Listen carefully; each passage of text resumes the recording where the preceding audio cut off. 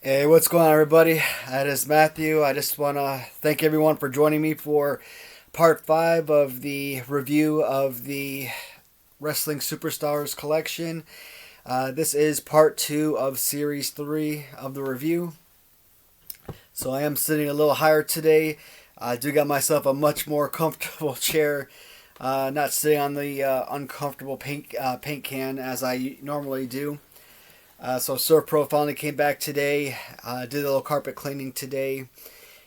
The carpet is a little bit soaking wet right now, so I don't want to keep everything on the ground. So kind of keeping everything off the floor as much as possible.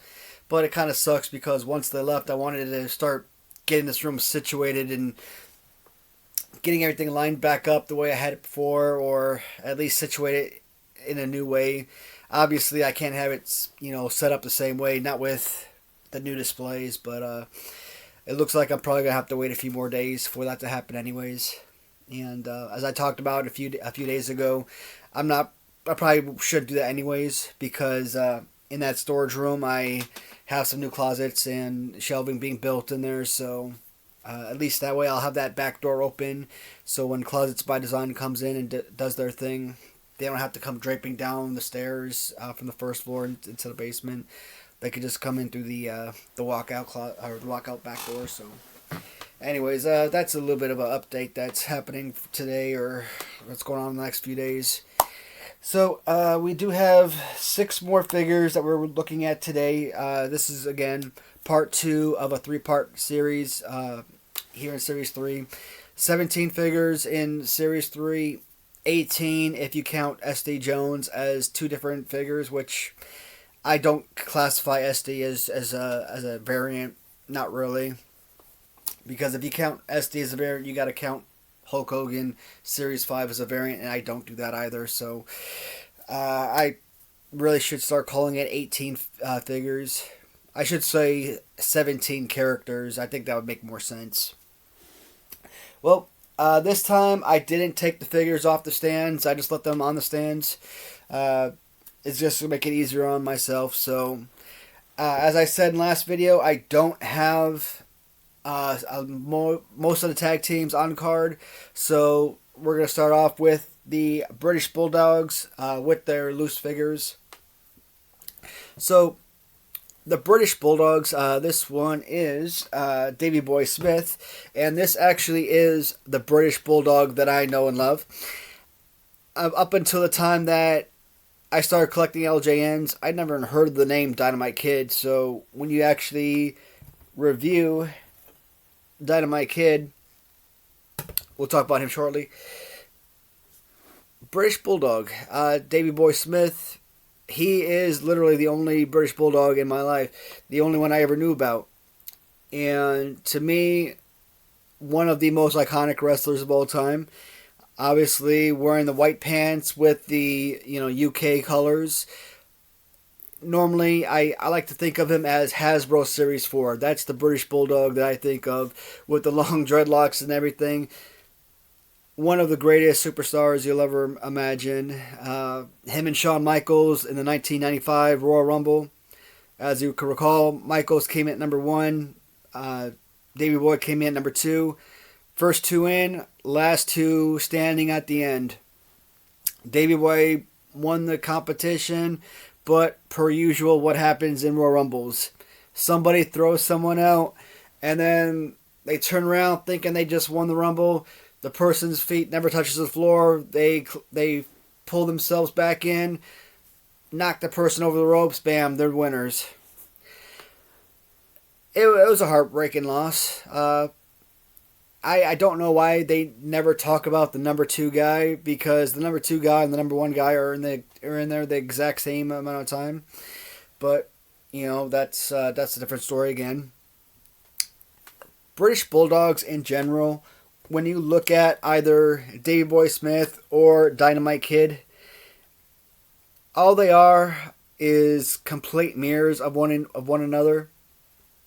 Dynamite Kid a little bit smaller than Davey Boy.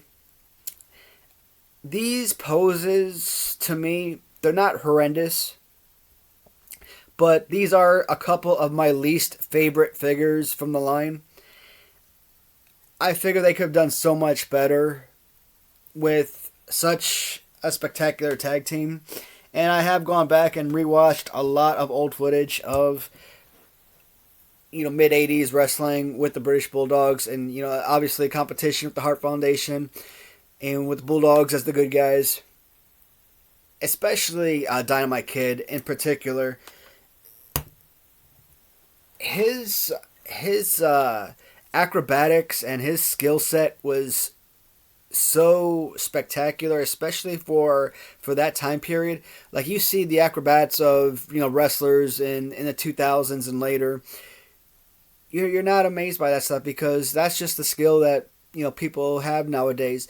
But to see that skill from wrestlers 40 years ago, 30 plus years ago, and it's unique. It's different. That's why I loved watching the Rockers back in their heyday, because the way that they just seem to fly through the air and jump over the ropes just to basically do their normal tag team counter each other. They were just such a great unique tag team. And the Bulldogs, they definitely work well with one another. And Dynamite Kid, he had some spectacular moves himself for such a smaller guy. Again, I don't enjoy these figures. To me, they're bottom tier figures. Not because they're smaller than your average LJN figures, but they're just, you got your one arm body slam. You jump off the top rope, you do like a one arm clothesline or something. But play wise, they're average to just below average. Nothing super flashy. Playable figures, they're okay. There's nothing super spectacular about them. They're just nothing that really super excites you. Trying to bring in more info for those guys because I don't have the cards to show, but again, I just don't have I don't have too much information about Dynamite. Obviously, with Davey Boy, because I have more history, more knowledge of actually watching him as a kid. At least I could say some things about him as a wrestler. But moving on, manager Jimmy Hart. Now, he is one of only a couple of characters that actually has a legitimate variant, and not just one variant, but he has multiple variants of this and I don't necessarily think any of his variants are more valuable than the other. When you actually look at this particular package, it seems like every time I come across this figure on card, he always has like this blank megaphone, and that seems to be the common theme with a lot of the Jimmy Hart carded figures nowadays. What I also kind of find interesting about Jimmy Hart, back in the day, he managed guys like the Natural Disaster tag teams. He managed the Nasty Boys, etc. He'd always be right there in Hulk Hogan's way, and Hulk Hogan would always attack him, right? And it would just be funny that later on, years later, when Hulk Hogan was in WCW, that Jimmy Hart would actually be Hulk Hogan's manager. And it was just so awkward to see that. I didn't actually watch wrestling watch WCW like that. Never did. I especially didn't watch WCW when Hulk Hogan was part of their roster. But, obviously, you hear things, you see toy lines, you see videos and stuff. And that Jimmy Hart was managing Hulk Hogan in WCW, and it's like, why? I get it, it's scripted and everything, but it just seems so awkward to have a man that you basically despised, or at least it made that appearance that you despised in WWF, to be a man that you would count on in this other competition, this other, I don't know how you would compare WCW to WWF. But I mean, essentially, this is the figure. It's just a regular megaphone, red all around. Again, Jimmy Hart, a very tiny figure, but again, I kind of like your Bobby Heenan figure. He might be a manager. You know, Freddie Blassie is another. I think I may have put Freddie Blassie on the top 20 of my list. And I'm sorry if it looks like I'm kind of crouching forward, which I kind of am because of this little padding right in front of me here. But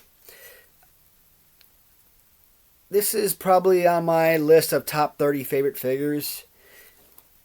You could potentially use this as a wrestler. I hear some folks when they were kids like to cut out the megaphone. I would have never done that. I mean, I would use it as a weapon. Or if you're a kid, you know, you're pretending that's just a fist anyways. You're probably pretending that's not even there. It's a great looking figure. And I call this a legitimate variant because, again, you're not having any change to the actual figure for the most part. The only change, and it's so minuscule, is with the megaphone, variant number 1, or variant number 2, however you want to look at it, is adding hearts on the edges or the sides of the megaphone where the original is completely blank all around.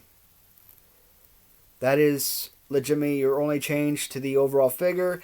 Everything else is 100% identical. I'm just looking it over here just to see if there's anything I've ever missed, and I don't think so. Or coming in at number 3. What does number 1 and 2 have that number 3 doesn't? Or what does 3 have that the others don't? And you're looking right in the eye. So number 3 has both the hearts on the sides, but it also has the heart right smack in the middle where the others don't. Again, everything else is 100% the same. Of course, I'm going to covet the Jimmy Hart with all hearts on it more than the others because it's more complete to me. So, yes, that's going to be priority. Absolutely. Not even a question about it. If there comes a time where I find a Jimmy Hart carded figure where he has hearts, whether it's complete hearts or just the hearts on the side, where I try to find it, buy it on a card. You know, that's actually a good question that I'm asking to myself because I want to say the answer would be no. But knowing me, I probably would like to have that. So depending on what it sells for, I would probably go for it. I'm thinking if it goes for like $130, $140, I might. But if it's like goes for $300, $400, you know, on auction or something, I'd probably have to tap out. I probably wouldn't want to pay that much for a simple variant when I actually have the figure already on card. So right now I'm pretty happy with what I have. The next figure, again, one of my most beloved characters of all time. Yet it's also, I don't want to say one of my most hated figures. It's an action figure that's beloved by so many people. And again, because he's such an important and iconic character in my life, it really hurts me to say that I don't like his action figure. But it all has to do with the pose. If the arms were situated much differently, I would be much more, you know, crazy about the figure. But he's got this terrible pose, and it kills the figure for me. Macho Man. Macho Man on card, especially if it's a relatively mint figure, you're generally looking at around an $800 action figure right here. So I don't remember what was wrong with this card.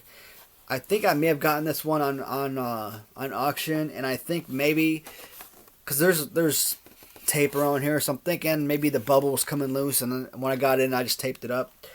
So maybe that played a role, and I probably got it for like maybe $400 or something. Because even with the bubble coming up, you're still gonna have to pay up for a figure like this. Yeah, because when you look around the edges on the bottom, it looks like it's holding tight. So I'm thinking maybe it just came loose at the top part.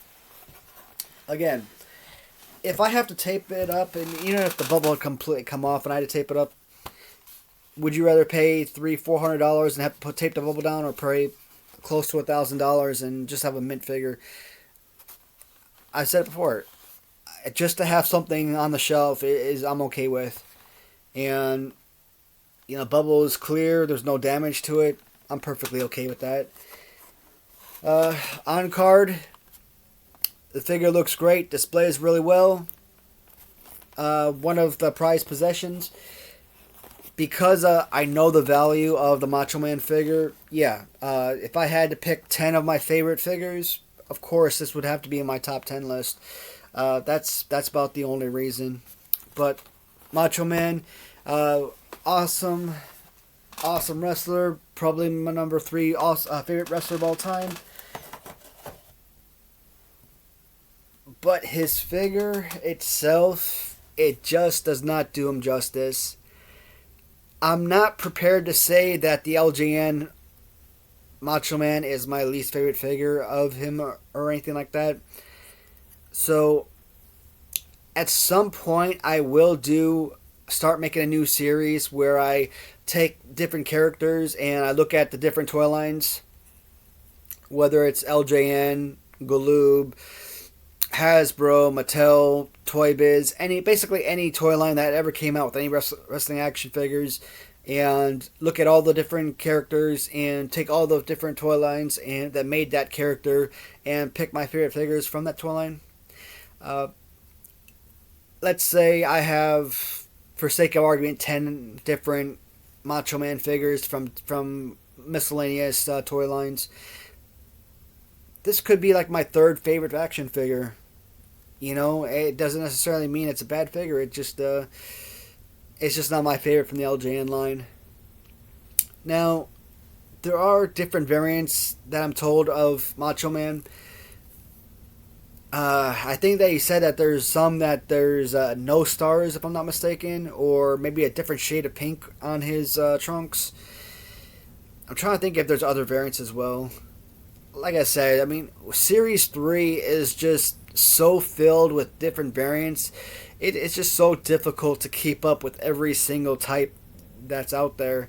And the toughest part is, with so many customs out there, you don't know if what you're getting is a custom, if it's been repainted, or if it's a legitimate variant. So, I've come across and I think I may have actually owned a version where Macho Man had no stars on his trunks, and I may have sold it. Probably got like maybe $10, $15 for it, or maybe it was part of a lot, and I sold that lot for $30 or $50 or whatever it was. I don't know.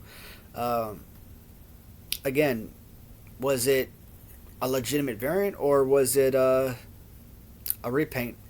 I don't know. To this day, I couldn't even tell you. Macho Man, from a display, yeah, it's a good looking figure. If you want to sit there and wrestle him, this is just such a difficult figure to wrestle. Think of him like Sting from Galoob. Ram Treasures, they did their 2-ups of the Galoob line, and Sting with his hands up like this. Yeah, it looks nice, sure, but it's an impossible figure to wrestle with. So again, a bottom tier figure for me.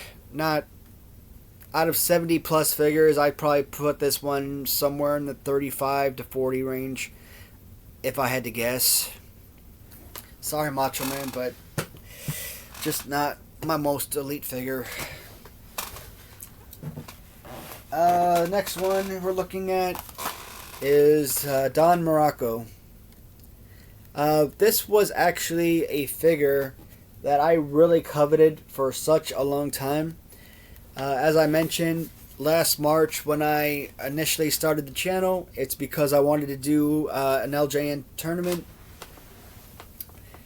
And I kind of messed up because I did my tournament before I did anything else, before I made any other videos, before I had a single subscriber, before I did any type of advertising or anything like that. So, obviously none of those videos had any views or anything like that, or had very little. So, I had to come back like 6 months later and do a second tournament just to kind of, do it the right way. And before I did that first tournament, I had to wrestle a lot of these figures because I had to get a feel for them. As you guys know, I never had Don Morocco at that time, so I never really got a chance to wrestle him. Later on, I got a duplicate, and I only wrestle the duplicates. And so I finally got the wrestling figure in. I'm like, okay, this is going to be a great figure to wrestle. And finally used him, and it was boring. It was like not even wrestling Tito Santana. Tito Santana sucks to wrestle with. This was even worse than that. Just wasn't a fun figure to use. But aesthetically, I think Don Morocco is one of the better looking figures. So I do have a number of Don Morocco custom figures. And there's actually a really spectacular LJN stand that David Garland on Etsy has. And I think he actually has a stand for pretty much every single LJN wrestler, or darn near close to it. I've decided just to stick with these metal stands here. You get them on Amazon. I think you get like 12 of these for, what is it, like $45 or something. Whereas, his, individual stands, they're built for individual wrestlers, so they're like $16 a piece, but they look great. But I mean, with the amount of figures that I have, these work perfectly, so there's no reason to spend that extra amount. I mean, I probably spent close to $1,000 on stands alone, so yeah, I can't do that, not for all of them. But as you do see, I do have some of his stands on display on this shelf or on the custom shelf, so whatnot. But Don Morocco, I don't know, not too much. I don't have any history. I didn't know anything about this character until I started collecting LJNs. I've only seen him wrestle in older videos a couple of times. Very not too much backstory, unfortunately. Good looking figure, just not very playable, unfortunately. And an absolute legend, and one of my absolute favorite people in life. Mean Gene Oakland. Again, not the most beautiful card in the world.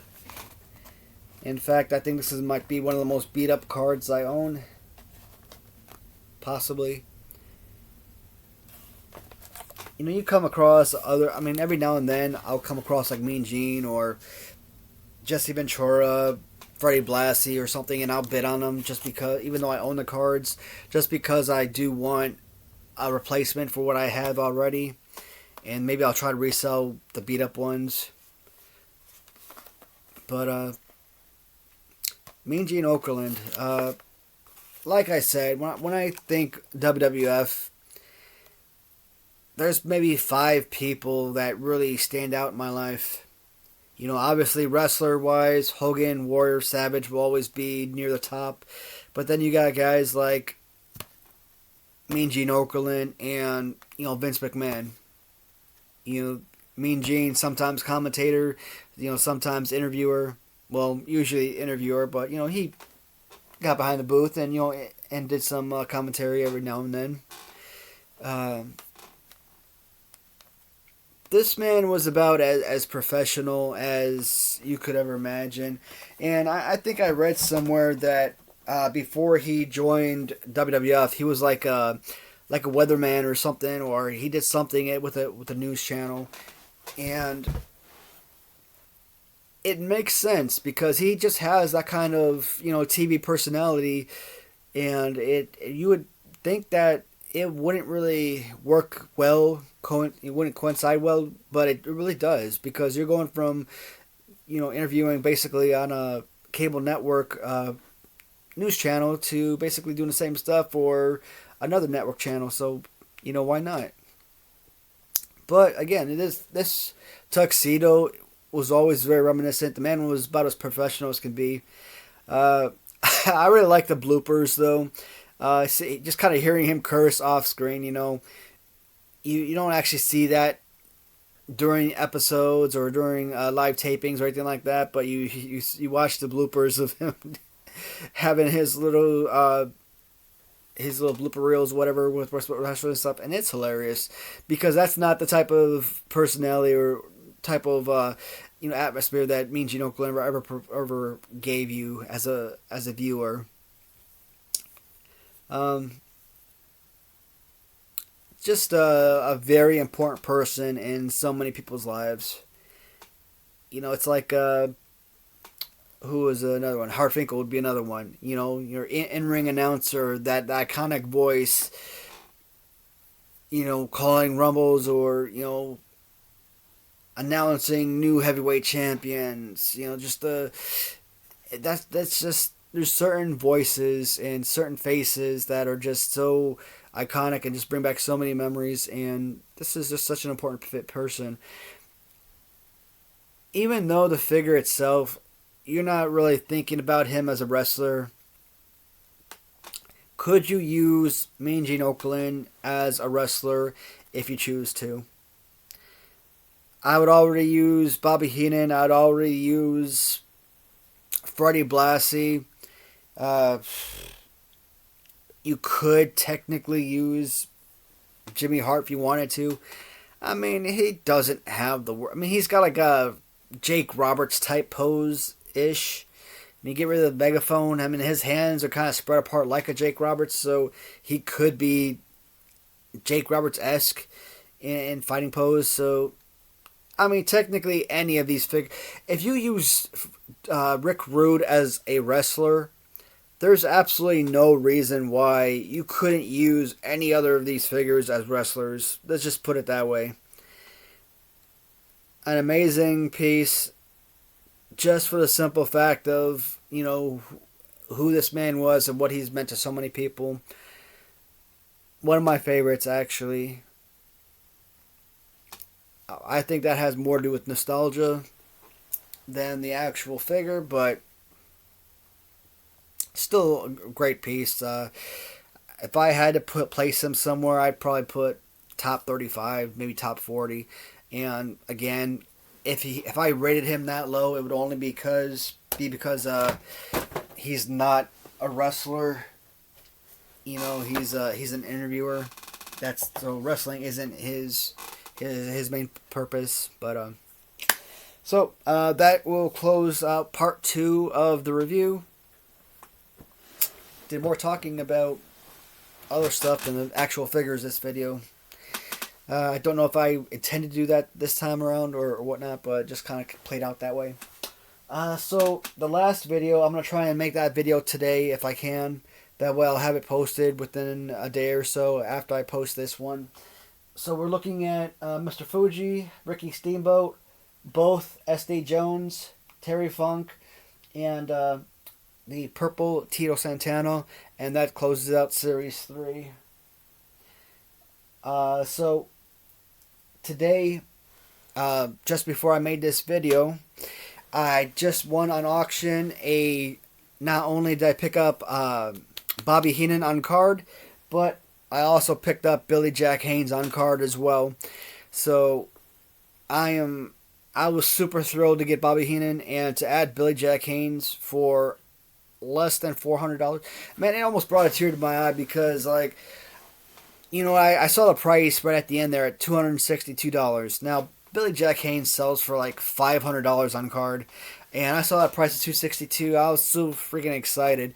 And then, how once you keep it on the screen, and it goes to the next screen, it says, congratulations, you won for, and then it shows the price, pay now, contact seller, etc.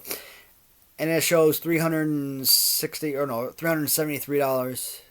Man, my jaw hit the ground. I was so mad. Thrilled that I won, absolutely. Mad that it went up over $100 in price, though. Again, the Billy Jack Haynes figure easily sells for north of $400, usually hovering around $500, $550. So to get it for less than $400, forget that. Less than $375 is a godsend, but still, when you're looking at $262 compared to $373, I'm like, man, that sucks. Bobby Heenan, I think I got him for about 142, if I'm not mistaken. So actually a pretty great price, considering that most other sites you're looking at $350 for that figure. I actually bought another Elizabeth. I think I paid like $202 on that. The only reason I bought another Elizabeth is because that figure is so freaking expensive, and it's valuable. Will I try to resell it eventually? I'm going to look at that one. I'm going to look at the one I have on hand already. I'm going to see which one is better condition. I'm going to keep the better one. At the very least, I'm going to try and get my money back on which one I paid less money for. I think I paid less money on the one I just bought. So if I could resell that one back for the $200 I paid for it, I'm okay with that. Like I said, with stuff like that, I don't have to turn a profit. As long as I can get what I paid into it back, I'm good. What else is going on? So on Monday, doing that. Yeah, so Monday, that's the plan. Monday the 27th, if they finish everything and everything that looks good, I'm going to set this room back up. So that means I'm going to start using that side of the room again to show you guys the display. And in fact, I might at least set up a few shelves and start moving some of this thing forward. That way I can at least give you a quick walkthrough and show you what it looks like right now. Because I'm sure there's a lot of things that aren't going to stay the way that they are right now. I'm going to have to move some things around and get you guys' opinion. Because the main wall over there with the LJNs, I might move all of those over to this big wall over here in the back. That way all the figures are together. And yeah, I've had to move so many things back and forth, and it's been frustrating, but I really don't want to do that, but I might have to. But again, get your guys' opinion, see what you think. Where we at? 30. I'm sorry, guys. I talked your head off at the end here. Thank you so much for watching, everybody. I will talk to you in the comments and in the next video. Goodbye, everyone.